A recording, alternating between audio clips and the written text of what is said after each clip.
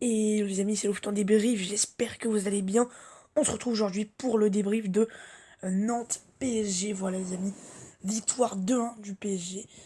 Donc voilà le PSG qui se sera fait peur en fin de match avec cette réduction du score de Simon. Mais sinon, 60 premières minutes de haut vol de la part du PSG, enfin 65 premières minutes de haut vol de la part du PSG. Avec donc un but de Icardi à la 29e et un but de Kilo Kehrer à la 57e. Donc voilà, première mi-temps, le PSG est en maîtrise totale. Le PSG garde le ballon intelligemment, se crée des occasions, crée le danger devant la cage du gardien, qui aura vraiment été très bon. D'ailleurs, les deux gardiens auront été très bons, parce que Navas lui aussi aura brillé. Mais bon, voilà, le PSG crée le danger avec des attaquants qui se mettent au rendez-vous, des bonnes combinaisons. Dès qu'il y a l'attaque, il y a un joueur présent, du coup, les Nantais sont mis en danger à chaque fois. Et les Nantais donc sont en grosse difficulté, n'arrivent pas trop à défendre sur leur adversaire comme il faut. Et du coup, le PSG vraiment, fait vraiment très très mal à cette équipe de Nantes. Donc voilà, le PSG subtilise le ballon en première mi-temps à Nantes. 1-0 pour Paris avec un but de Icardi. Ça, ça faisait longtemps qu'il avait pu marquer Icardi. Ça faisait à peu près, à peu près 3 semaines qu'il avait pu marquer, voire plus. La dernière fois qu'il avait marqué, c'était le 8 janvier. Et là, hier, le match était le 4 février. Donc ouais, ça faisait quasiment un mois qu'il avait pu marquer. Donc voilà, ça fait du bien pour lui d'avoir marqué. En plus, il a fait un bon match plutôt, Icardi. Et en plus, il met son but. Donc voilà, une belle soirée pour lui. Ensuite, donc voilà, le PSG à la mi-temps mène tranquillement 1-0.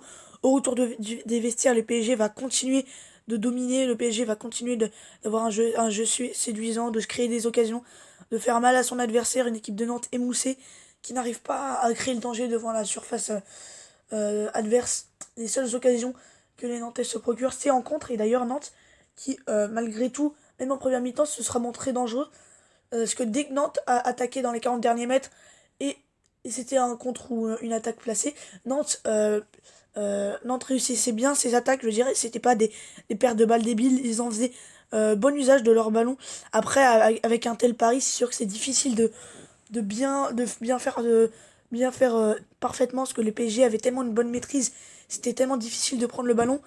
Et le PSG vraiment il était vraiment très très bien pendant 65 minutes de jeu, qu'on se disait que Paris allait prendre le large, mais non, pas du tout, car erreur de Presnel Kimpembe qui va tout changer, car ensuite Simon va marquer et la fin de match va être totalement différente, car c'est Nantes plutôt qui va dominer cette fin de match. Le PSG qui n'arrive plus à faire son jeu qui n'arrive plus à enchaîner 15 passes dans la surface adverse, enfin dans la moitié de terrain adverse, qui n'arrive plus à créer le danger, à être patient, à aller dès que possible trouver une ligne et créer le danger sur les côtés. On a vu aussi un Kylian Mbappé très présent. Sarabia aussi, je trouve, a été bon. Enfin bref, voilà, tous les joueurs parisiens étaient bons, mais psychologiquement, le but nantais a totalement relancé les Nantais. En plus, l'ambiance augmentait un peu, donc voilà, les Nantais se sont poussés des ailes et se sont créés deux ou trois occasions pour revenir à 2-2. Donc voilà, alors est-ce que c'est un relâchement du PSG ou est-ce que c'est Nantes qui s'est senti pousser des ailes? Ça, on n'en sait rien. Moi, je pense plutôt que c'est la deuxième option, même si je pense que le PSG aurait dû psychologiquement rester dans le match et ne je veux pas dire se relâcher, mais et ne pas se laisser emporter par la folie nantaise, c'est ça le truc. Parce qu'on sait tous, moi, je suis le premier à le dire, hein, qu'on a vu la victoire de l'OL 4-3 à Nantes, on voyait l'OL mener 4-1 tranquillement, et dès que Nantes avait marqué, c'était la folie. Nantes était revenu à 4-3, il poussait pour marquer le 4-4, enfin bref, Nantes, dès qu'il marquait un but, là c'est vraiment la folie. Donc voilà, fallait vraiment faire attention pour Paris, ils l'ont fait. Même s'il faut pas oublier qu'il y a eu de très très bonnes 65 premières minutes de jeu où le PSG a mystifié cette équipe de Nantes et ce but de Simon a tout changé. Mais bon, au final, il y a une victoire, donc aucun regret pour Paris. En plus de ça, aucun blessé. Donc Neymar, il me semble qu'il est blessé, mais c'est vraiment pas du tout grave. Apparemment, il sera présent contre l'OL. C'est juste apparemment un repos, même si officiellement il est blessé, mais tellement qu'il a pris le coup contre Montpellier que assez, assez, ouais, c'est pas étonnant que Neymar se soit blessé ou se soit un petit peu, voilà quoi, fait mal. Mais voilà, en tout cas, vous inquiétez pas, il sera présent contre Dortmund, ça c'est une certitude.